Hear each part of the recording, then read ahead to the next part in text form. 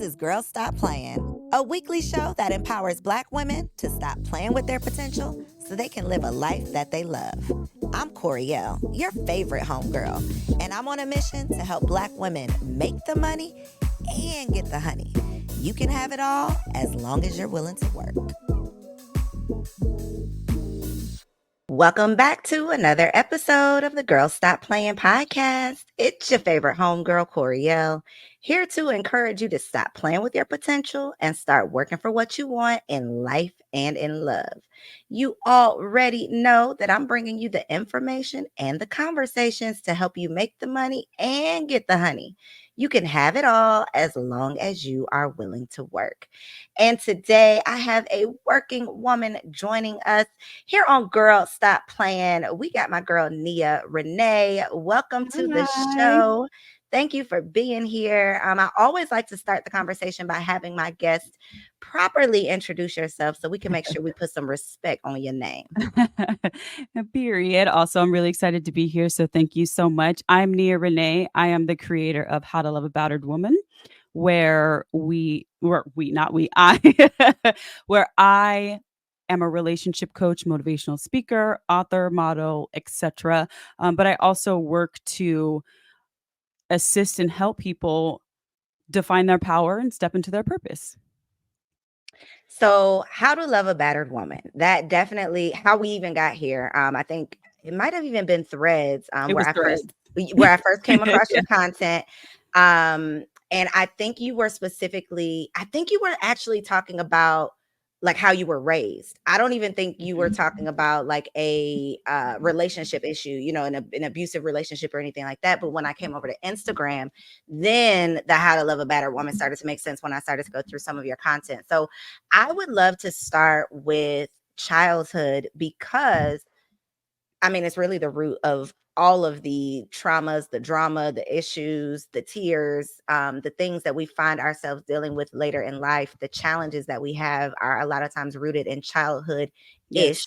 that we just have not either faced, recognized, or worked through. So, talk a little bit about what your childhood looked like, as a child, but then kind of what you've realized about your childhood as an adult. Because a lot of times we normalize our childhood because that's all we knew. Mhm. But describe it now with your adult kind of perspective. So what I realize now, like today, as a 31-year-old woman, I realized that my childhood was not normal. And I always felt like my childhood wasn't normal. I always felt like something was wrong. I always felt like something was off. As a child, I just was like, I did what my parents said to do, and I followed whatever they said to do, but I always felt like something was wrong. So I grew up in a really, really abusive home. Like I was in a very chaotic, very not normal household. My mom was my first bully. My mom was someone that really introduced me to the like an unhealthy lifestyle of how relationships are not supposed to be, but she framed of how they were supposed to be, and that ultimately led me into unhealthy and toxic and abusive relationships into my adulthood. So the adult that I am today, the more healed version of myself today, I am not taking any BS. I'm not people pleasing. I'm not in that same space because I'm owning and acknowledging what has happened to me, and I refuse to be silenced. And that was like one of the things that my mom always used to say to me was that like you were to be seen and not heard. And yeah, we're not doing that over here no more. Like that's not you'll see me, you're going to hear me, and you'll feel me, period, because I my voice is the most powerful thing that I have, and I refuse to let any of my abusers take that away from me. So, did you grow up with only your mom or two parent household? It was a two-parent household. Yep. And I wanted to put a pin in that because a lot of the conversation online is the answer. The secret formula is two parents in the home. And that in and of itself is not just the secret formula. In my humble opinion, Yeah. it's two healthy That adults part. in the home that are That part. creating not only a healthy relationship amongst themselves, but a healthy household, a healthy environment for you to grow up in. I grew up in a two-parent household, and it was not abusive. I wouldn't describe it as abusive, but it was not a marriage or a household that I wanted to duplicate. And so I definitely just wanted to put a pin there that it's not always two people in the house is going to equal, rainbows and fairy tales. But I would love, if you don't mind, for you to share a little bit of what your abuse looked like, because abuse it's a spectrum. It comes in different flavors, Yes. right? And Yes. depending on our abusers, it can look a couple different ways. But I think the thread that I specifically kind of found you with was talking about some personal hygiene things that you Mhm. probably had normalized, that so much of the things that we just know that we know that we know because it's all we know, we don't realize, okay, that's a little weird, or oh, I didn't learn that, or oh, my mama didn't tell me that, until we bump into a woman who does something differently. So can you talk a little bit about those things that were kind of normalized for you that you now know were abusive? Yeah, absolutely. So I think I know the thread that you're talking about. I did not expect like that when I said that thread went crazy. That thread went crazy, and I was not expecting it to get the viewership that it did. But the thread that I threaded basically said that when people say that like, oh, you weren't abused as a child, or like, what do you mean you weren't taught like the essentials? And I broke it down by saying like, well, the only way that I learned how to change my underwear was not because my mother explained to me that I needed to change my underwear. It was because on a Sunday she was doing laundry and she was folding the laundry, and she only counted 2 pairs of underwear out of the 7 pair of underwear or 6 pair of underwear, depending on when you do the laundry, that you're supposed to have in there. And instead of explaining to me, she beat me. She beat me. And then she just told me next Sunday there better be 7 pair of underwear in there. I didn't learn until I started my period, really. And I started my period when I was in the 8th grade. So about 12, 13, 12 or 13 years old, the importance of hygiene and why you need to change your underwear. And for a long time, I was really embarrassed about that, but it's like, how was I supposed to, like, I changed my underwear out of fear. I didn't change my underwear to understand the purpose of cleanliness and hygiene. I changed it because I was afraid that my mom was going to pop me upside my head because I didn't change my underwear. And that's really like the significant difference in a lot of people. Like, there would be comments on some of the other social media platforms that were like, your parents did the best that you could, or I want to see you as a kid because you probably weren't that easy to deal with, yada yada yada. And two things can be true at once. Multiple things can be true at once. But at the end of the day, like, I had to learn how to be a woman by modeling it off of things that I saw my women friends do. And that includes into my 20s, into my mid 20s, where I see the way women put on hand lotion and the way that they use their perfume, and they always smell so beautiful. And just, just I never had that. Like, so it was very interesting because I just didn't have that. And you didn't even probably realize what you didn't have because you didn't even know it was a thing to have. I Right. think for so many people who did grow up in more normal, because what really is normal, right? But in more normal, more Right. traditional kind of households where their mothers were talking to them about things and teaching them how to take care of yourself as a girl, how to, transition into womanhood. People who just naturally had those conversations, they can't even fathom your mother not doing this. So if they think about your mom not doing this, it must be your fault. It must have been something that you were Had doing. to You be my must have fault. just been hard to deal with, because why would a mother not do that? And so there's such a layer of guilt that goes along with the guilt and the shame, I guess, come together. But it's like, I'm at fault because my mom decided, to not do this. Or for me, I wouldn't say, I would say there are things like, I was a terrible cook for a really long time. Now I've gotten much better now, but there are like a lot of the domestic things, I'll say, the more womanly, girly things that I intentionally avoided or just did not know how to do, because I wanted to stay as far away from my mama as I could when I was a little girl. Like me and her didn't get along. And so when Yeah. I'm around, she's going to be yelling at me. I'm going to be in trouble. Mhm. So I'm not in the kitchen with her learning how to cook. I'm not Right. doing the girly mommy things because that just wasn't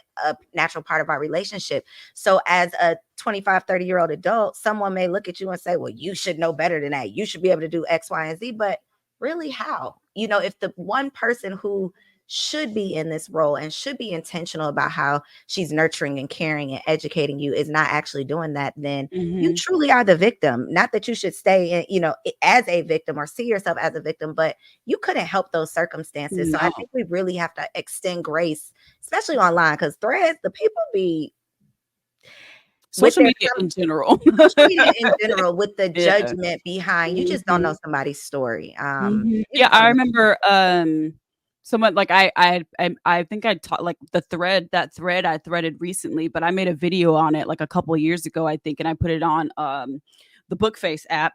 And I remember some guy commented on it, was like, "Your mama been changing your diapers and your drawers for 5 years. Like, you mean to tell me you don't know how to do it after that?" Da da da da da. And I'm just like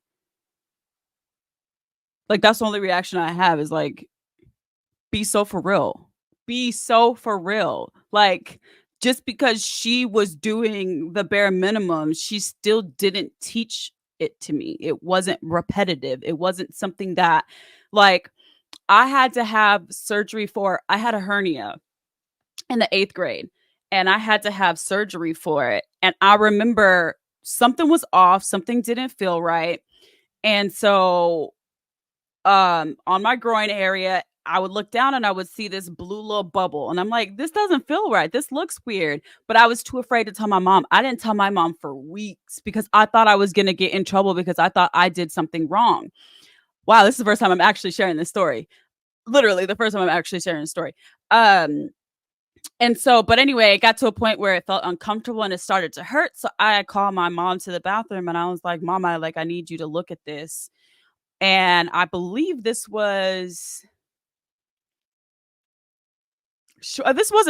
too long after I had my first period.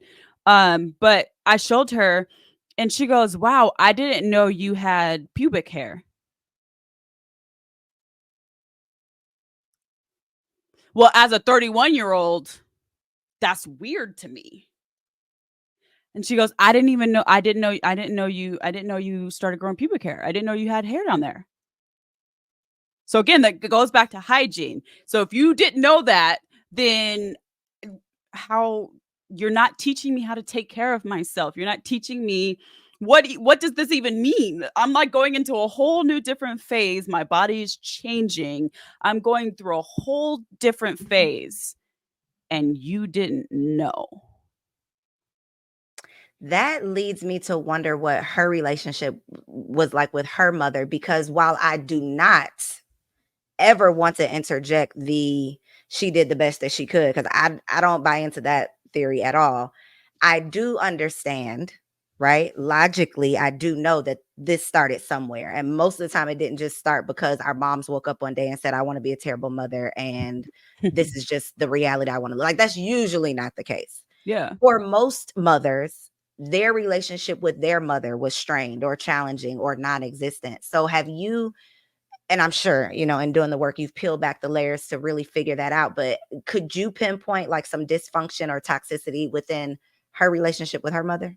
Oh, absolutely. Her and her mother were, I mean, just they were not a model of what a healthy relationship is supposed to be, and it was very toxic, very verbally abusive, and very just it was very unhealthy. I remember there were several times when my mom would have done something to that, like, she I don't know the specifics really, but she did something that my grandma didn't like. And this was back in the day where, we had house phones and you could hear when someone's leaving a voicemail. And I could hear there were several times my grandma would call the house phone, my mom wouldn't answer, and then my grandma just rips her a new one, cussing her out, calling her all types of names, everything, because she didn't get her way. And it was several times. I would hear them screaming at each other, yelling at each other, but my mom was still there taking care of her. And I was just like, yeah, if you think that's going to be me, like, we really need to have a real different conversation because that's not going to be me. Like, we're not going to have that volatile relationship. And that didn't really hit the fan until my parents split. When I was 15, my parents split, and they split because my mom basically set me up to have me kidnapped because I didn't want to go work out with her at my uncle's house. Yeah, yeah, it doesn't make sense. No matter how I Kidnapped explain by this who? I story, have everybody several has questions. the same. Yeah, go. Kidnapped by who? What do we mean? My uncle. Okay. Okay, that's a rabbit hole. Yeah. But that was the cause for divorce. Did your dad take you with him? So we stayed at the house. My Uh, dad told her she could stay with my brother because I have two half siblings, and my eldest half sibling, I don't know where she is. I don't really care. But my brother was there at the time, and my dad. So this was after the point that I found out that me and my brother didn't share a dad. We were raised to believe that my dad was his dad, and we look like twins too. So it was crazy. Um, but yeah, my dad told her she could stay, and she didn't stay. Like, told her she could told her she could live in the master bedroom. He'll sleep in my room, or we'll figure out sleeping arrangements. She raised her son. He'll raise me until he graduates from high school. And she tells the world to this day that my dad kicked her out, left her and my brother for dead. And I was in the car on my way. My dad was taking me to a safe location, dropping me off to a safe location with a trusted adult, literally after this event happened, so he could go meet up with her and they can discuss what was happening next. So I was in the car when he was on the phone telling her this, and she tells the world, no, he kicked me out. He left me for dead, yada, yada, yada, playing the victim. so how was your relationship with your dad how was your relationship with your dad? Let's just start there. So my relationship, me and my dad, we got really, really, really close. After I got to this place where I was really uncomfortable with the things that was happening with my mom, because a lot of the abuse would happen by my mom. My mom was a teacher, so she was off. Yeah, she was off the same. Everybody gives me the same reaction. She was off during the summertime, and so my dad wasn't. My dad was a probation officer, so a lot of the abuse would take place during the summertime when my dad wasn't home, or when my mom was driving me to school in the morning. So I like begged my dad to switch, take my take me to school, and she could take my brother to school. And one day I just looked at him and I just started asking him questions because she was going on a smear campaign telling everybody that my dad was gay, he had HIV, that's why she had to get her ovaries removed, like all of this insane stuff. And none of it was true. This is the reason why the whole mental health conversation needs to be more than a So conversation, in our community. especially in our community, because all of these people that are a part of these statistics of like these mental health issues, they are people with children. They are Yeah. people with jobs that are important, that are out in the world making decisions. Like, these are people who, if they do not find healing and help, their mental health struggles and issues literally spill over to children, but also communities, Yeah. depending on like the position you may have or the title that you may hold. A teacher. Yeah. A teacher where other kids would call her mom. They would tell me how much they love her, that she's the most amazing person in the world. That's when they go to school, that's their safe space. Like, my mother was their mom. And I had to put on this fake front, this smile, because that's not who I got at home. So the kids that were escaping abusive situations took comfort in an abuser, and they had no idea. I don't know if that is, and we can talk about narcissism. I feel like narcissism is such an overly used term that I think the definition has gotten watered down and just kind of recreated. But part of what I think, I don't know if it's narcissism or being a sociopath or whatever it is, but to be able to go out in public and have one persona, but then come home and you are like a completely different person to the people who are closest to you. I don't know Yeah. what that's called, It's but a I see personality that a disorder lot. for I sure. see that a lot with Yeah. mothers, with mothers, I guess, not just mothers and their daughters, but just you go out in the world and you present this person, but then the people closest to you see like this monster, but then they can't ever talk about it because nobody will ever believe them. So you're the Yeah. crazy person. It must be your fault. Yeah. Yeah. Insane. Yeah. So how does all of this present itself in abusive relationship? I mean, so when you're used to chaos and you get launched into another chaotic situation, it feels normal to you. You feel comfortable in it. You're not going to question an environment that you've been around and you've been in your whole entire life. It's been normalized. And so when you get into relationships, especially in your adulthood, when you get into relationships and you have someone that is telling you all the things you wish you would have ever heard. They're love bombing you, and then they flip that switch. And in my mind, I'm like, well, my mom used to do that, so like this is normal. My mom was the same way. Like she and like, but when you're in it and you don't know any better. You can't make that correlation, and that's how I went through a few relationships like that. And on my last one, I when I left him, I was like, I really need to I need to take a step back. Why am I attracted to people like this? Why am I still attracted to people like this? Like, what is going on? And so I went and I did EMDR. And when I did EMDR for the very first time, one, I wanted to face my issues with men. So my EMDR therapist was a man. And at the root of it, it came back to a lot of behaviors of my mom. I was getting into relationships with the different faces of my mom.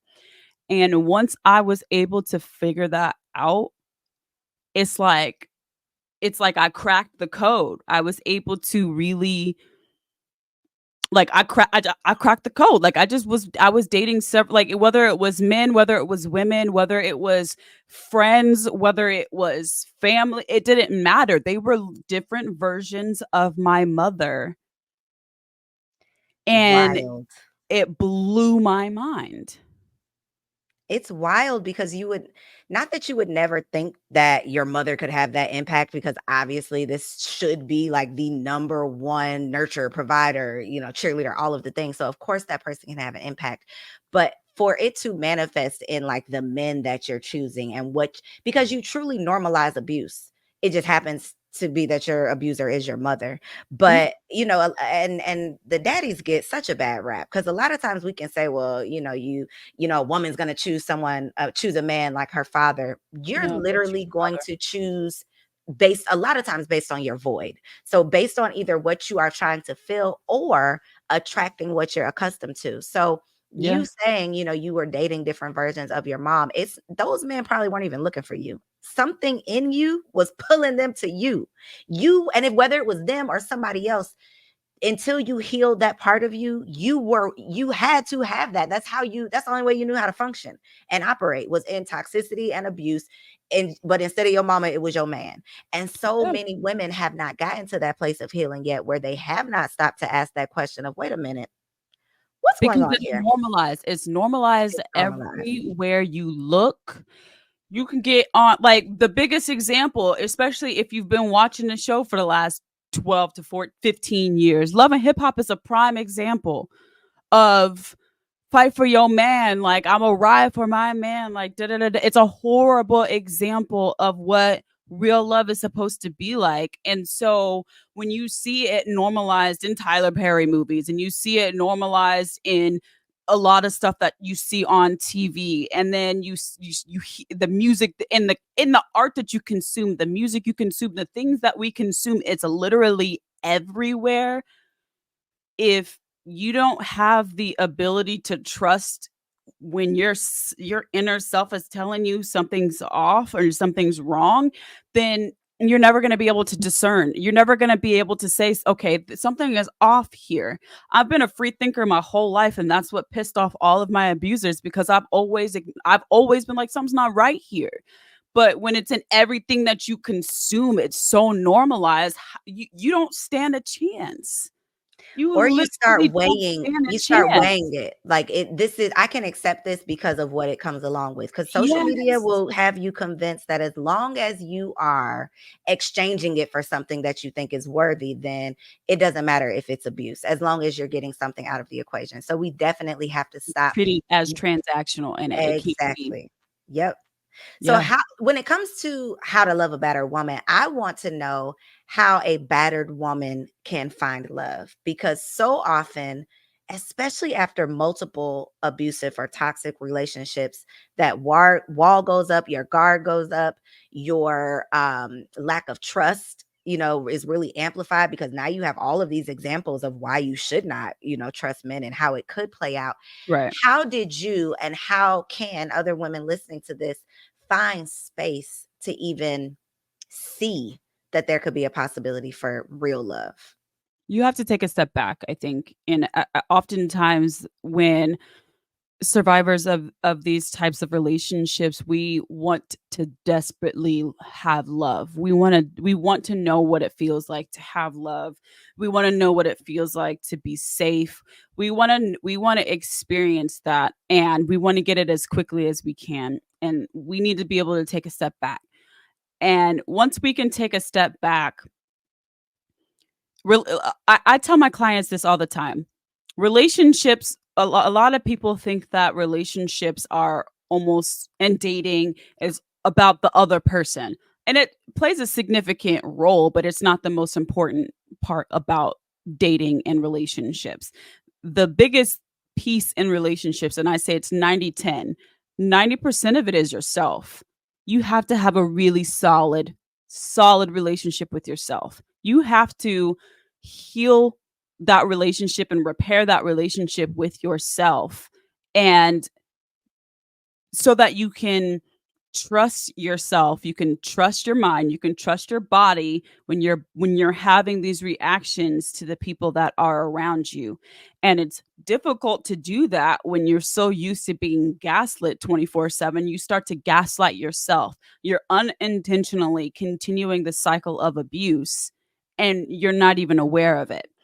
You're the most important person in your world. You're the most important person in your life. And not in the way that narcissistic people or narcissists see themselves. It's in the way that I have to live inside my body. I have to live inside my thoughts. I have to live with what I feel and how I feel, and I have to live with the repercussions of the actions that I make and the decisions that I make. Nobody else is going to feel that. No one else is going to. So you have to have a solid relationship with yourself. And that starts with forgiving yourself for the things that you had to do in order to survive, because you didn't know better. You didn't know better then, but you know better now. And you know going forward that you're never going you can never make those decisions again. You can never go back down that same road again. And if you feel like you are, you have to be able to have such a strong relationship with yourself that that other person that's taking you down that path will not be able to tell you otherwise. They will not be able to continue to persuade you to go down that path with them. You'll be able to discern and be like, all right, I got to go. But that comes with yourself. If you don't know yourself, if you don't know what you want, if you don't know what you're looking for, if you don't know what your deal breakers are, if you don't know how to spot red flags, like what are your non negotiables in relationships? If you don't know these true things about yourself, how are you going to go out and find that in a person? And then if you do find that in a person, you have to be able to be in a position where if they start to become what you don't want or what you don't need, they will never be able to persuade you that that's where you should stay and that's where you should be. It's a solid relationship with yourself. that most people, most adults do not have. Yeah. And because I think that it truly only comes on your healing journey. And I always say that it's a journey and not a destination It's a because journey I for don't sure. believe you can be healed. We're just No. like out here every day. We're trying to not to backslide. And sometimes we be reverting, okay? Mhm. But on that journey is the only time that I think you truly get to that place of awareness because so many of us have even realized in our adult big ages that we were raised by emotionally immature, emotionally unaware, emotionally unevolved, underdeveloped, Unavailable. unavailable grown adults who if they truly could not give us what they didn't have. So if they don't know how to even identify or put a name to their feelings, how the hell are they going to teach us how to regulate our emotions? Like how are they going to teach us how to They put up can't. boundaries or And speak up for ourselves? It's they impossible. didn't. It's absolutely impossible, and I think that's also what goes back to the conversation about mental health in our community because it just doesn't like I this is the hill that I will forever die on. My parents should have never had children. And I really genuinely feel like my parents had kids because that's what was expected of them to do. You're expected to get married, to have kids, whatever, right? They're just following the status quo. They're following what they were taught. But there's nothing like you're just not in a place where you can give you have to be able to put that human being above yourself, that child above yourself. And my parents couldn't do that. My dad did. I mean, when the phrase is like my dad did the best that he could, I can acknowledge that his best wasn't good enough, but I can acknowledge that he truly did the best that he could. I can acknowledge that my dad has his own trauma. I can acknowledge that, but my dad still rode really hard for me.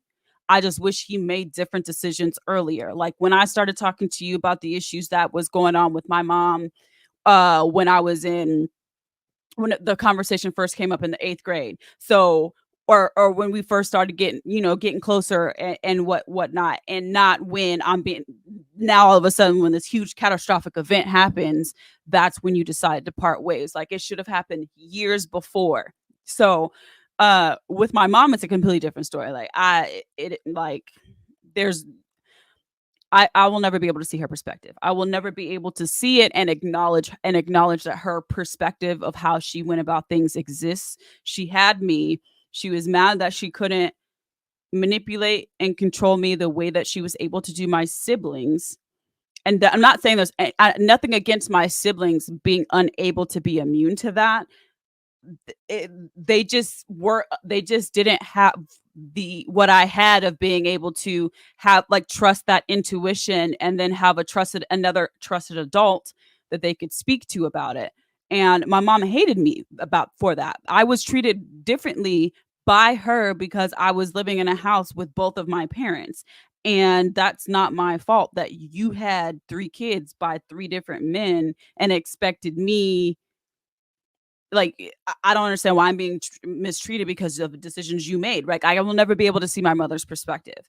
I My dad think is what a you completely different story. I think what you said was like the mic drop moment, which is in a nutshell, everybody don't need to be parents.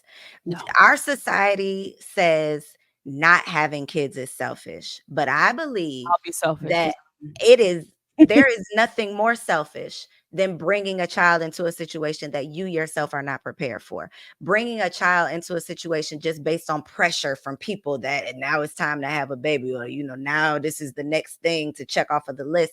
That to me is selfish because you are Very not selfish. taking into consideration the lifespan of And this and child. and it's more than that materialistic statement that they love to throw back in our face. Well, I put clothes on your back and food on the table and a roof over your head, but you're legally required to do that. Like that's literally state and federal requirements so that you don't get arrested for child endangerment, neglect, and abuse. Like you that's literally the bare minimum. We're talking about emotional nourishment. We're talking about emotional development. We're talking about teaching emotional regulation. We're talking about during the most formative time in a child's life when they're becoming a person and their personality is developing and their brain is learning new things, and you're raising someone, and you're not in a healthy space, and now you're trying to raise a child, and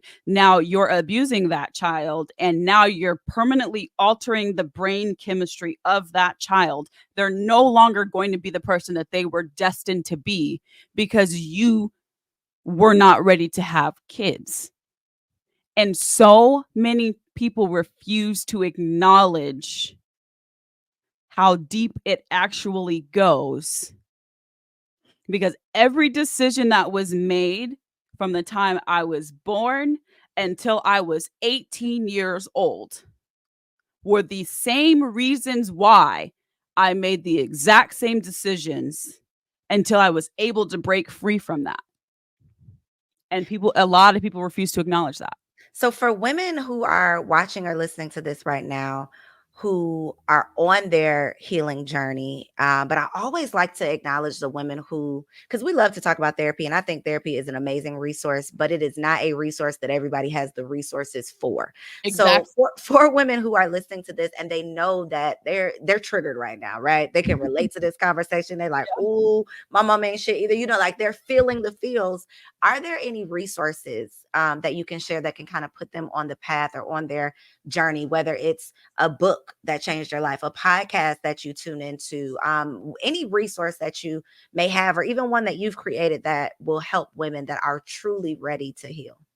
Yeah, I mean, I have my whole brand is essentially how to help not even just women, people in general. I mean, I'm not exclusive or cater to a specific demographic, though it just comes to be that way. My brand name, How to Live a Battered Woman, is because I can only speak from a woman's perspective. Like, I can only speak from my perspective.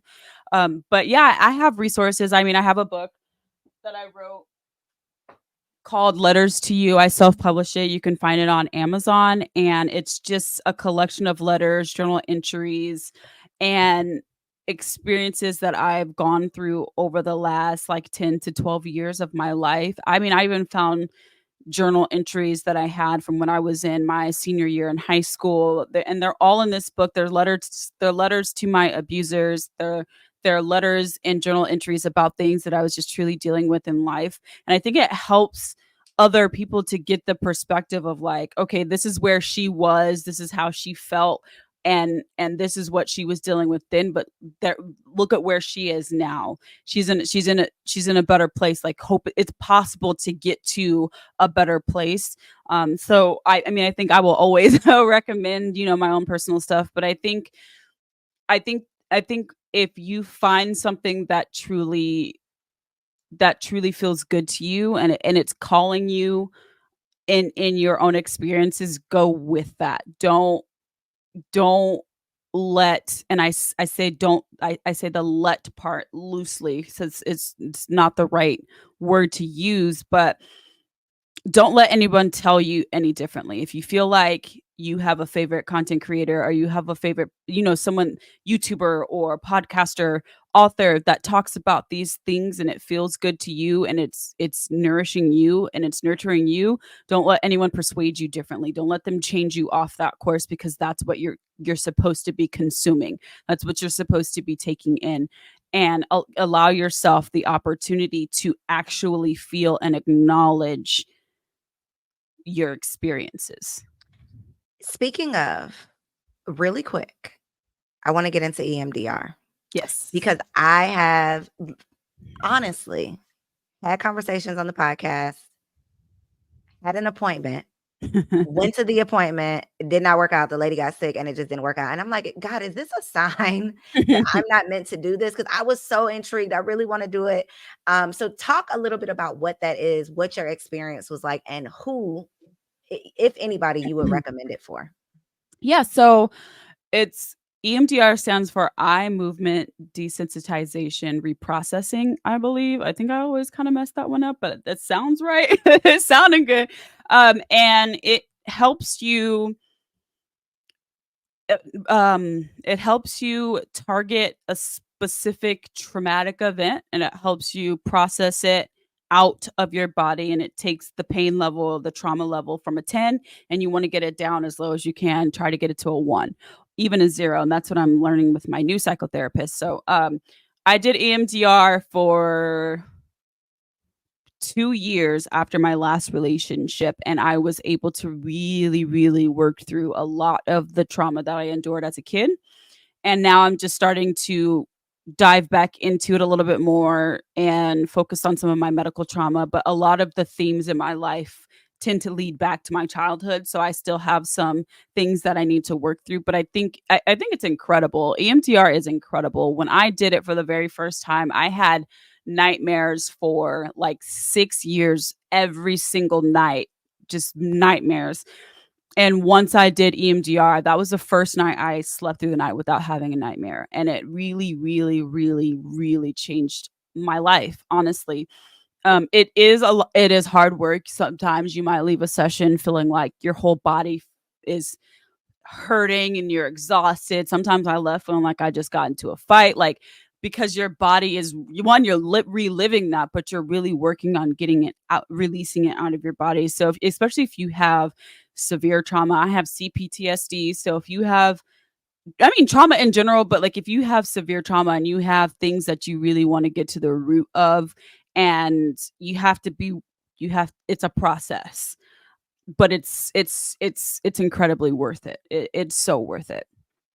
That has been the feedback that I've gotten from everybody. So I'm like, man, okay, maybe I'll give it another try and go on back. Maybe I won't take it as a sign. I'll take this conversation as a sign. Yeah, take I this need as your to. sign, and find with therapy, one size is not does not fit all. You have to find the situation, the right therapist for you, and you have to find the right therapist for you, and it's going to take a while to even get started of even getting to the EMDR part itself, because talk about you have to talk about it. You have to tell the therapist what happened and what was going on, and who you are, and it's a whole process, and it takes time to lead up to even getting to the the portion of the EMDR itself. And there's three different pieces. It's like there's either a buzzers that buzz back and forth, um headphones that there's it makes a noise and it dings back and forth, or there's a light bar and it bounces back and forth. And sometimes you have to choose what works for you. Sometimes I do the buzzer, sometimes I do the headphones, sometimes I do the light bar, sometimes I do all three. It just depends on. And my therapist actually was so surprised when I told her I'd done all three before. She's like, I've never heard of anybody doing that. And she's like, that's a lot of work. And I was like, yeah, I was up on one of the days where I just really wasn't allowing it to come up and come out. It was blocked and I struggled with it. And I told my therapist at the time, I was like, you might have to pull out all the stops, because sometimes I block. And yeah, I had to do it, but it was definitely an incredible experience, which is why I'm doing it again. Interesting. So anybody out there, use this as your confirmation. Okay. Let me know. Send me a DM. Let me know if you try it, what your Me experience too. is like. I am all for us exploring these quote unquote our alternative wellness modalities, these things that will truly give us our power back, will truly allow us to heal so that we can go out and live out these purpose driven lives that we are all praying to do. So I appreciate you for spending some time with us, for being so open and honest, and just allowing this to be a safe space for not only yourself, but for other women who have not felt seen before. So for people who want to stay connected, please let them know where they can find you online and how they can stay connected on social media. Yes, of course. Well, thank you for having me. Honestly, when you reached out, I was like, oh my goodness. So, amazing experience. I really enjoyed being here. So, thank you for having me to Yay. tell my story. You guys can find me at How to Love a Battered Woman, all one long thing, on TikTok, Instagram, Facebook, YouTube, and then you can, if you can't remember all that, you can find me at www.howtoloveabatteredwoman.com, which is my website. If you're interested in doing relationship coaching with me, you can find my rates and everything that I do there. And yeah, it's currently being revamped too, so look out for a refresh coming up soon, and then you'll be able to see the events that I'm doing. And yeah, How to love a battered woman Listen, everywhere.